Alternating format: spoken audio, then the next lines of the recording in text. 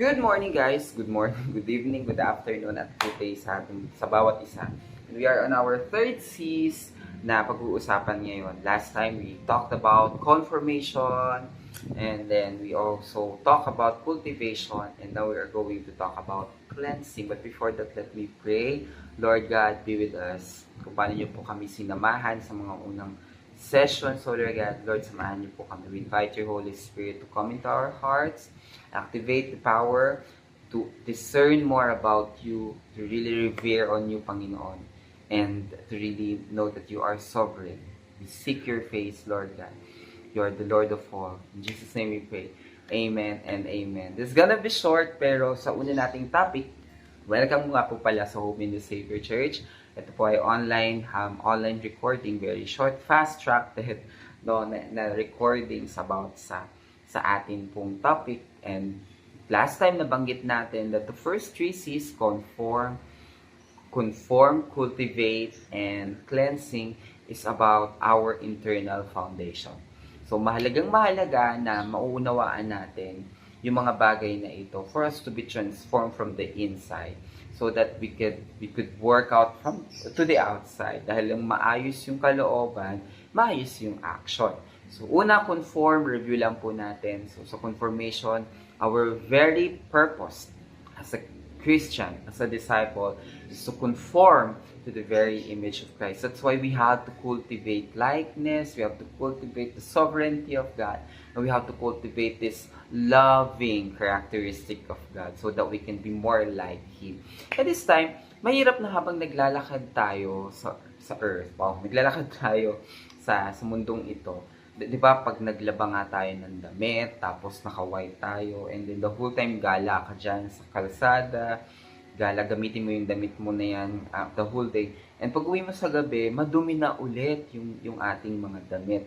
And that's the thing that we're going to talk about this time. It's what the third C is cleansing, okay? Or yung paglilinis, okay? A lot of things that have been talked about cleansing, okay? Bibigyan ko na kayo ng practical na mga bagay about cleansing, especially the media that we consume. Yan. Yung mga nilalaro natin, yung mga view natin, yung mga pinapanood, pinapakinggan natin. Minsan, di ba, pag nakikinig tayo ng mga away, kayo na magbigay kung ano yung mga away ng mga shows, no? May Tulfo, may face-to-face. Hindi naman natin siya pinapanood. Napapakinggan lang natin siya habang nagtatrabaho tayo sa kusina. Tapos magugulat na lang tayo na, hala, bakit magagalitin na ako the whole day? But because what we consume, we become what we consume. So, we should be intentional in cleansing. We should be intentional of choosing the media that we consume and even the people that we go with.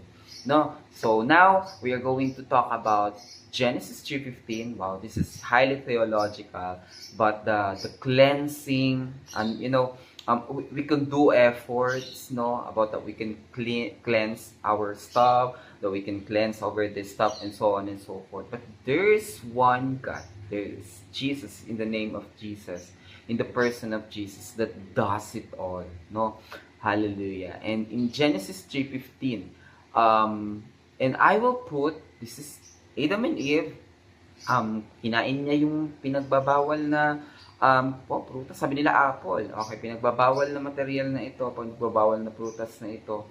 Ewan ko ba kay Adam and Eve, sa dinami-dami ng mga bagay na pwede naman kainin doon, may chiku naman, may ano, pero ito pa talagang pinagbabawal. But above all, we know the story, no, na God was angry, no, God was, tampo si Lord, or nagalit si Lord, no, but the fall of man doesn't end there.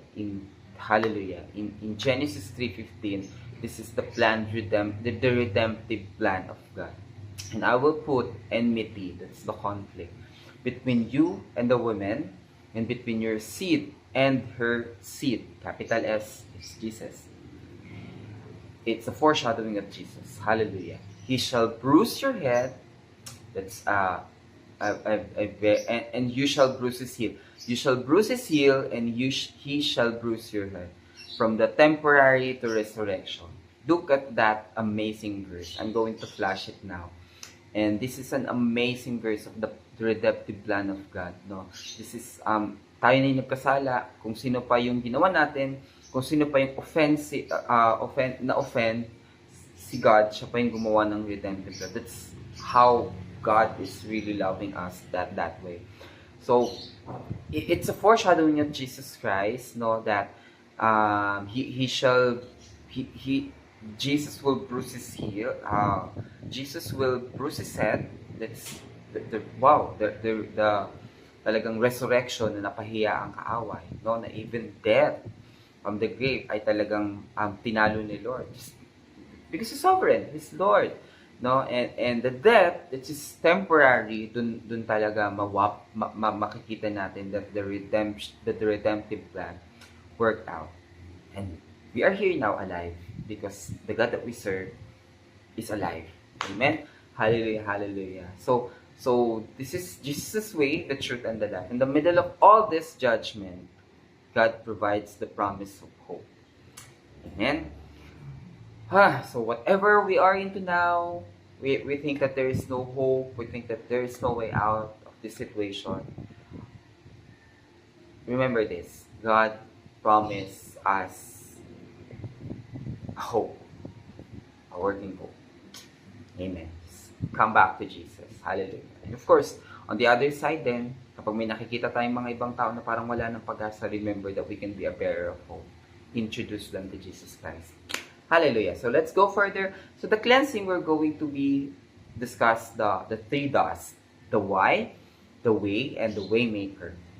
The why is, why are we going to have this cleansing? Because in Genesis 3:1-4, the serpent was the shrewdest. Diba?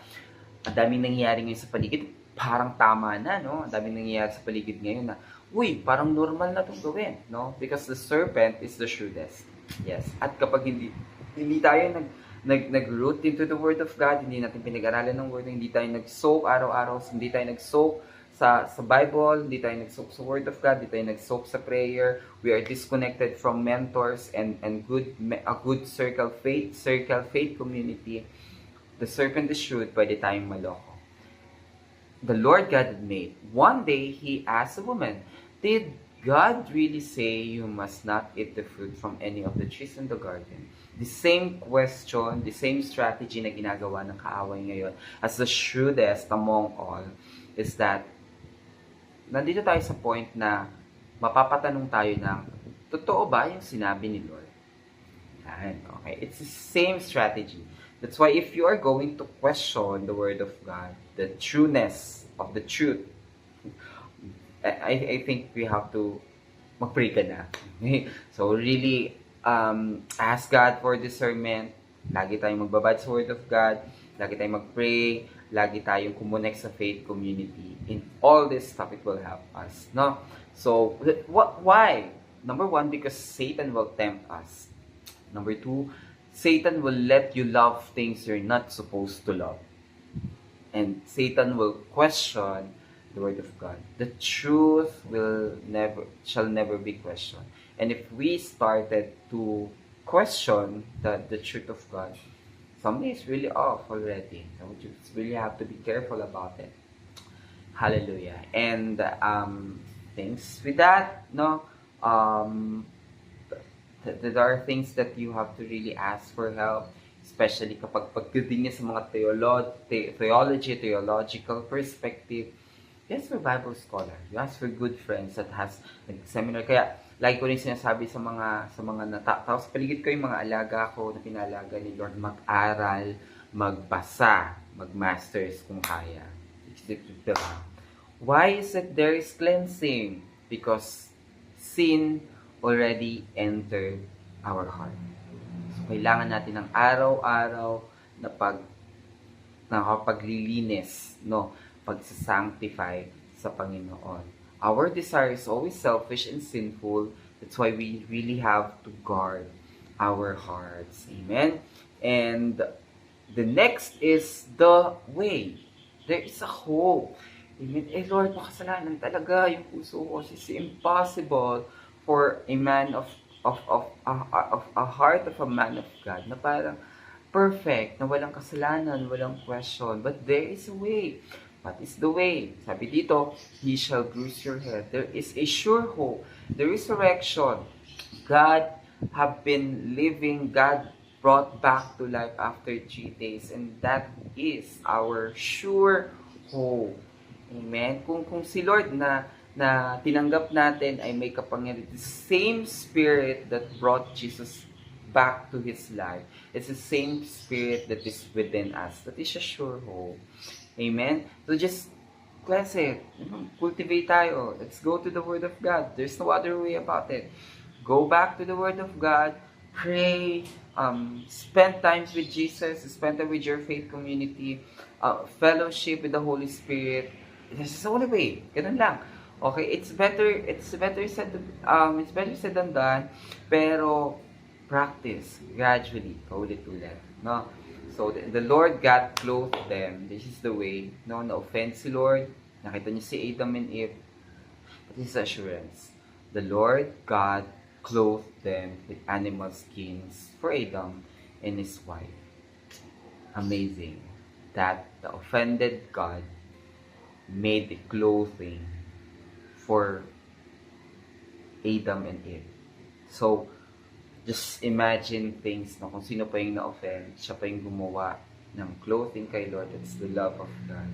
And it's the same stuff that we are experiencing. Maybe we are in the midst of trouble right now. Lord, I cannot go back. Remember, God created the clothes for you so you can go back anytime. And God is welcoming us with that. Amen? It seems like through verses 22 to 23 of Genesis, God already closed the Garden of Eden because of sin, but Christ broke the veil so everyone who believes in Him will be reconciled to the Lord. Hallelujah. And at the same time na nag-clothe si God ng kay Adam and Eve is the same thing that Jesus Christ, after His death at the cross, broke the veil so that we can come in. There's always a sure hope. And the one who had offended made a way for the offender. That's the unconditional love. Hallelujah. And the way of the Lord also suggests us to live the way we see today. Ngayon na naunawaan natin yung pagmamahal ng Panginoon sa atin, 1 John 3:16, ngayon kailangan din naman natin gawin ito sa mga kapatid natin. Sa mga naka-offend sa atin, bigyan natin sila ng damit. Bigyan natin sila ng pagkakataon, no, na ma-reconcile sa Panginoon. That's the challenge. And last one, the seed, the way maker. It's only through the person of Jesus Christ. And if Jesus defeated the grave, how much more can He win battles we are facing? Cleansing is in the person of Christ. We are going to do this because we revere to the Lord. We're going to do this because we love Jesus. We're going to do this because there is a sure hope na sa kabila ng mga pinagdadaanan natin ngayong hirap, there is a glory waiting for us. Cleansing. There are a lot of practical ways to do that. No? There is one, seek His presence. 2, preserve your testimony and protect your purity. Boys and girls, you know what I'm talking. And 3, protect your heart.